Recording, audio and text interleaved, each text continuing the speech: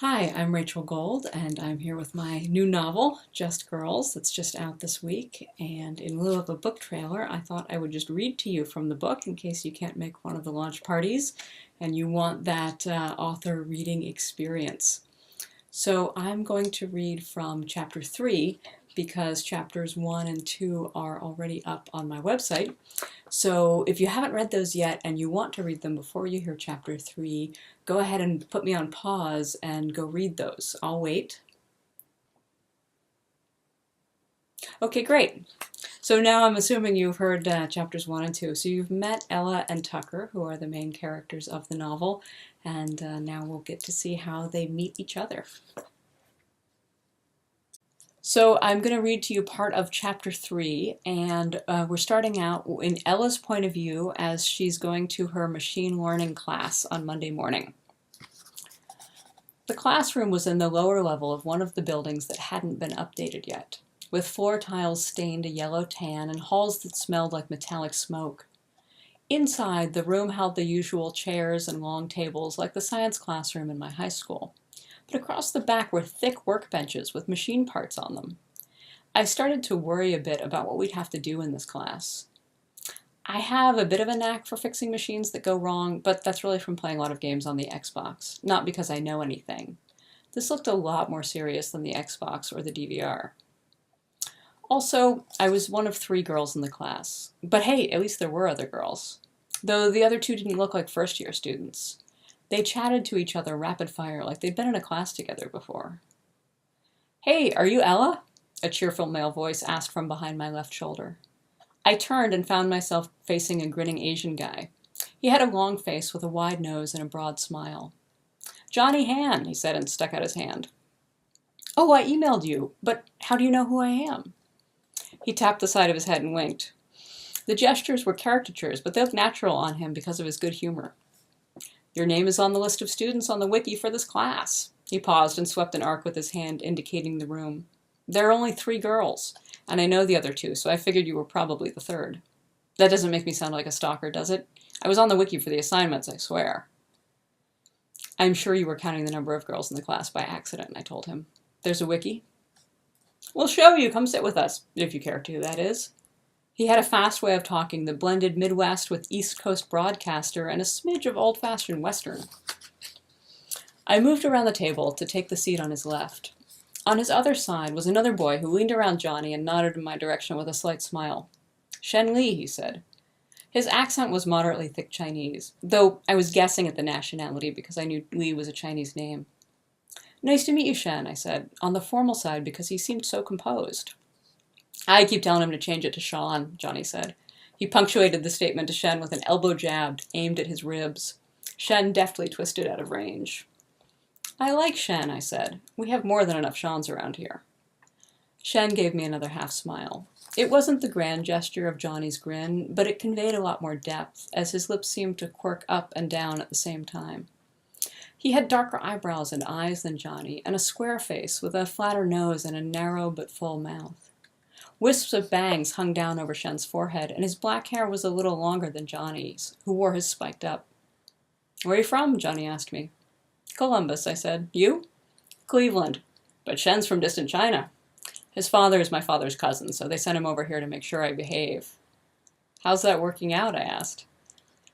Shen just shrugged, but Johnny said, "He's worse than a nun." "How many nuns have you spent time with?" I asked.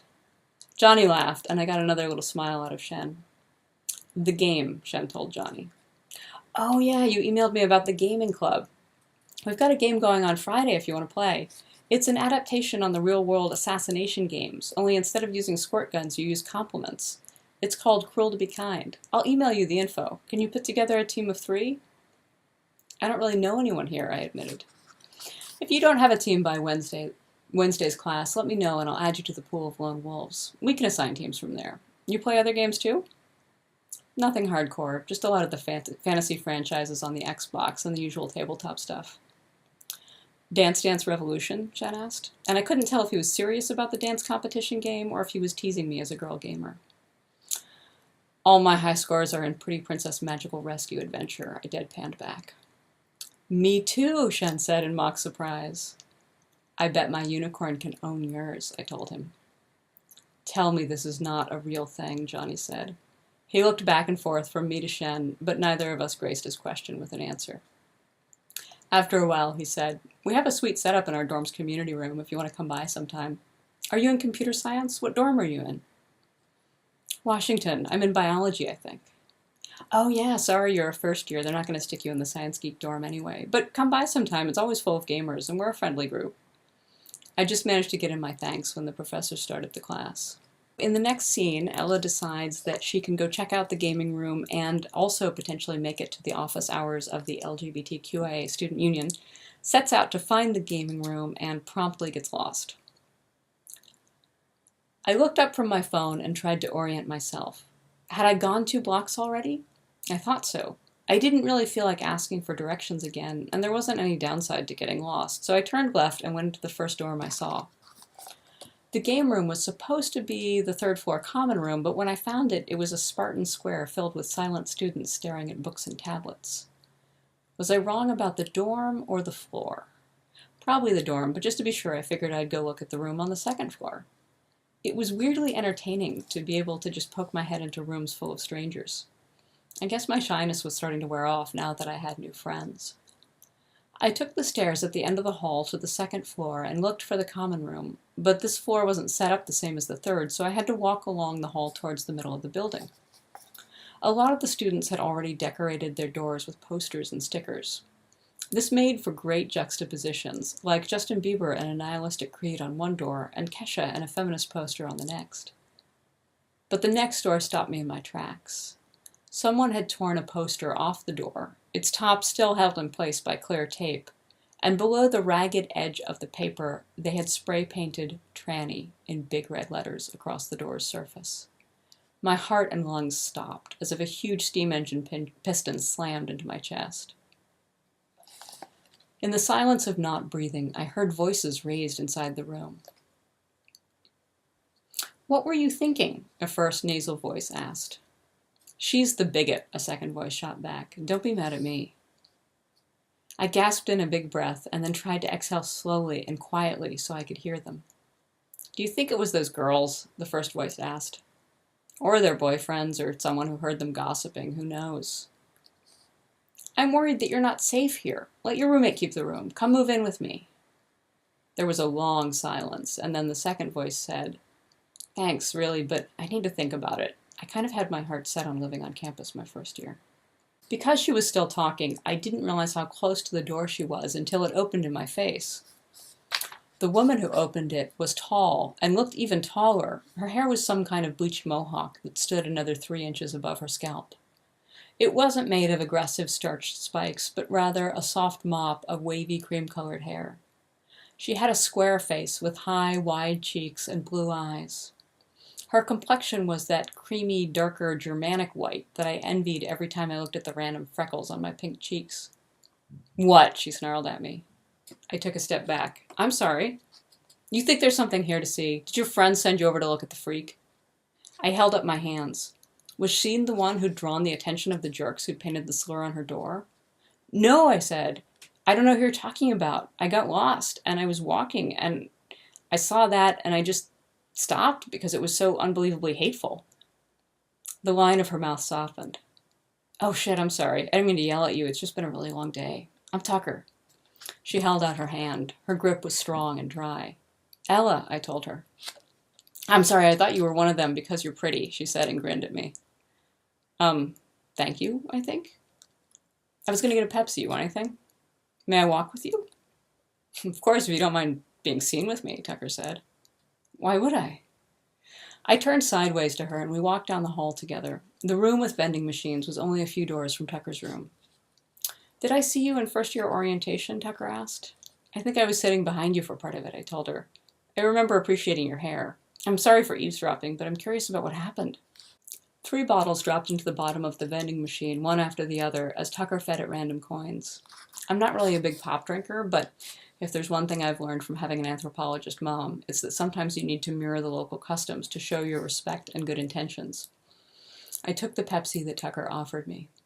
What all did you hear? She asked. Something about your roommate, I told her. Tucker turned back for her room, and I fell in step next to her.